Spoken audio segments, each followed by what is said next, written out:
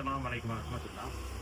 இன்னைக்கு இந்த வீடியோவில் நம்ம என்ன பார்க்க போறோம்னா, என் கையில் வச்சிருக்க இந்த ஃபார்ம், அதாவது எஸ்ஐஆர் ஸ்பெஷல் இன்டென்சிவ் ரிவிஷன், இந்த ஃபார்ம் வந்து எப்படி ஃபில் பண்ணுறது அப்படிங்கிறத வந்து இந்த வீடியோவில் பார்க்க போகிறோம்.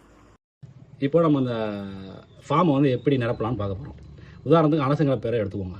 இப்போ அவருக்கு இந்த படிவத்தை வந்து கொடுத்துருக்காங்க. இப்போ அவருடைய பிறந்த தேதி இங்கே போடணும், அவருடைய ஆதார் எண் இங்கே போடணும், அவருடைய கைபேசி எண் இங்கே போடணும், அவருடைய அத்தா பேர் இங்கே போடணும், அவருடைய அத்தாவுடைய வாக்காளர் அடையாள அட்டையோட எண்ணெய் இதில் போடணும், அவங்களுடைய அம்மா பேர் போடணும், அனசுங்கிறவுடைய அம்மா பேர் இதில் போடணும், அவங்களுடைய ஐடி எண் வாக்காளர் ஐடி எண் இதில் போடணும். அவருக்கு வந்து திருமணம் ஆகியிருந்தால் அவருடைய மனைவியுடைய பெயர் இங்கே, அவருக்கு வாக்காளர் அட்டை இருந்தால் அவருடைய எண் இங்கே. அவர் திருமணம் ஆகலைன்னா இங்கே வந்து சும்மா ஒரு டேஷ் போட்டுவாங்க, இதில் ஒரு டேஷ் போட்டுவாங்க.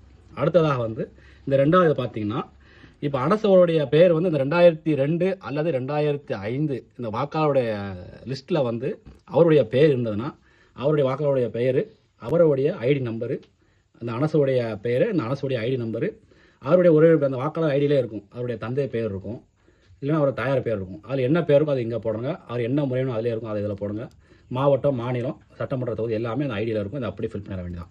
இதில் இன்னொரு விஷயம் என்னன்னு கேட்டிங்கன்னா, சில போது அந்த ஓட்டர் ஐடி அந்த லிஸ்ட்டில் 2002 2005 உள்ள லிஸ்ட்டில் வந்து அவங்களுடைய ஐடி அந்த வாக்காளர் அடையாள அட்டை எண் இருக்காது. எண்ணில் அவங்க பிரச்சனை இல்லை, இந்த மாதிரி ஒரு டேஷ் போட்டால் போதும்.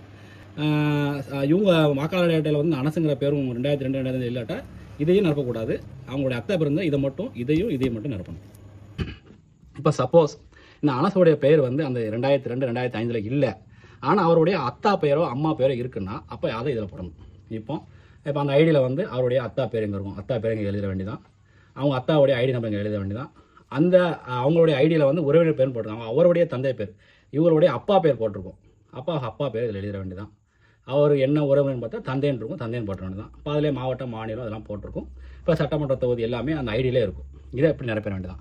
இப்போ சப்போஸ் இந்த 2002 2005 வந்து அவர் அனசுங்க பேரும் இல்லை, அவருடைய தந்தை பேரும் இல்லை, அப்போ என்ன பண்ணணும்னா இந்த ரெண்டையுமே நிரப்பக்கூடாது. இதை மட்டும் நிரப்பி அவர் இதில் கையெழுத்து போட்டு கொடுத்துட வேண்டியதான். அது இந்த வீடியோவில் வந்து எஸ்ஐஆர் ஃபார்ம் வந்து எப்படி ஃபில் பண்ண நம்ம பார்த்தோம். இப்போ வந்து அடுத்து பார்த்தீங்கன்னா, இதை ஃபில் பண்ணுறப்போ சில சந்தேகங்கள் வரும்.